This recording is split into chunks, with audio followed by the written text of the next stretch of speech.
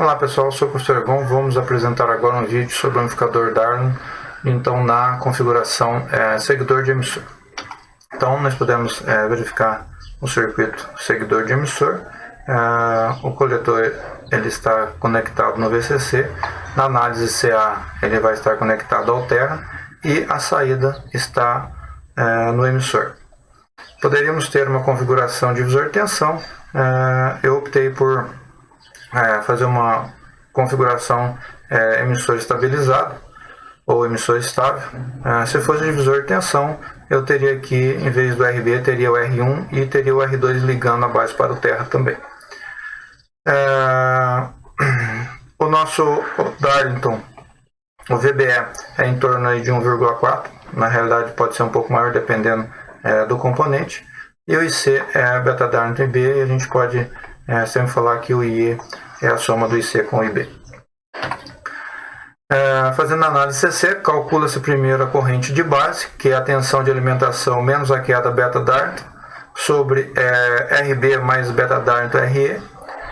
O IC é o beta Darlington vezes o IB calculado, e o IE é aproximadamente igual ao IC. O VCE, como nós não temos o RC no circuito, é simplesmente VCC menos a queda em RE. O VE é IE-RE. O VC é o próprio VCC, está ligado na fonte de alimentação. E o VB é a tensão VE mais o VBE Darlington.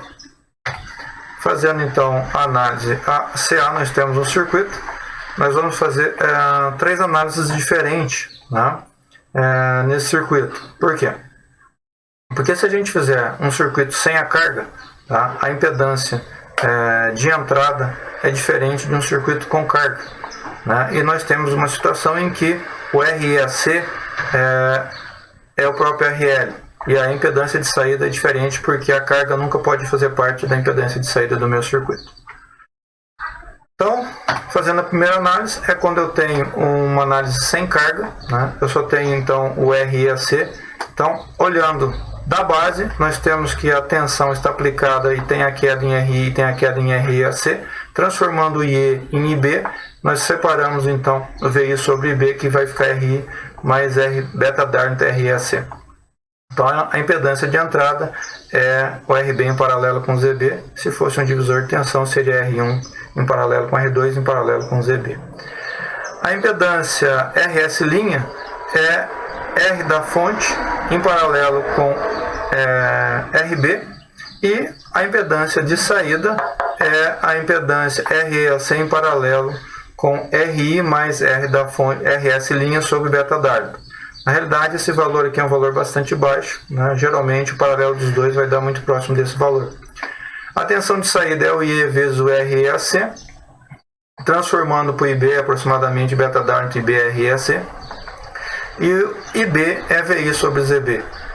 Substituindo então aqui o IB, nós vamos ter que a nossa tensão, o nosso ganho de tensão sem carga é VO sobre VI, que é beta Darlington REAC sobre RI mais beta Darlington REAC. Esse valor aqui é muito próximo de 1, né? Porque geralmente esse valor RI aqui é muito pequeno em relação à multiplicação de beta Darlington REAC.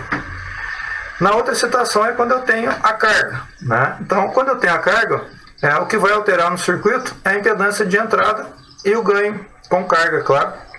Então, o RL aparece em paralelo com o REAC quando eu olho pela impedância de entrada. Então, o meu ZB ele tem influência do RL, né? Então, o meu ZB fica RI mais beta Darlington REAC em paralelo com RL. Então, acrescentou esse paralelo com RL aqui. E o ZI é o RB em paralelo com o ZB. O RS' continua sendo R da fonte em paralelo com RB, e a impedância de saída é o RAC em paralelo com RI mais RS' dividido por beta Darlington. O VO agora é a corrente que passa no paralelo do REAC com o RL, e substituindo o IE pelo IB aparece o beta Darlington IB aqui, e nós sabemos que o IB é VI sobre ZB, e aí substituindo na equação, nós vamos ter que o nosso ganho agora é um ganho com carga, beta Darlington que multiplica REAC em paralelo com RL sobre RI mais beta Darlington REAC em paralelo com RL. Apesar de ter o paralelo aqui, ó, essa multiplicação beta-Darton no paralelo também é muito maior que o RI, então esse ganho é muito próximo de 1 também. Positivo, né, pessoal? Por quê? Porque não tem diferença de fase da saída para a entrada. E na última situação é quando eu só tenho RL, né? Só tenho a carga e ele vai entrar no lugar do RAC.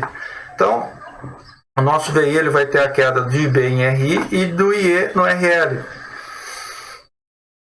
E aí nós vamos ter um ZB que vai ser RI mais beta-Darton RL. A impedância de entrada é RB em paralelo com ZB. E o nosso o nosso ZO, impedância de saída do circuito, não tem aquele REAC em paralelo aqui, né? Ele aparece em paralelo por quê? Porque eu só tenho a carga. Então o que eu enxergo olhando do emissor, dando um curto na entrada no circuito, é o RI mais RS' sobre beta-Darton. Na realidade, quando eu tinha o REAC em paralelo, acaba dando muito próximo esse valor, porque esse valor aqui acaba sendo muito baixo, né? E o nosso VO é o IE que passa em RL, substituindo o IE por IB, então é beta-Darton e BRL, e aí nós vamos ter a equação final que vai ser beta-Darton RL sobre RI mais beta-Darton RL, que também isso aqui vai dar muito próximo de 1. Bom, pessoal, era isso que a gente tinha para falar com relação ao Darton na configuração seguidor de emissor.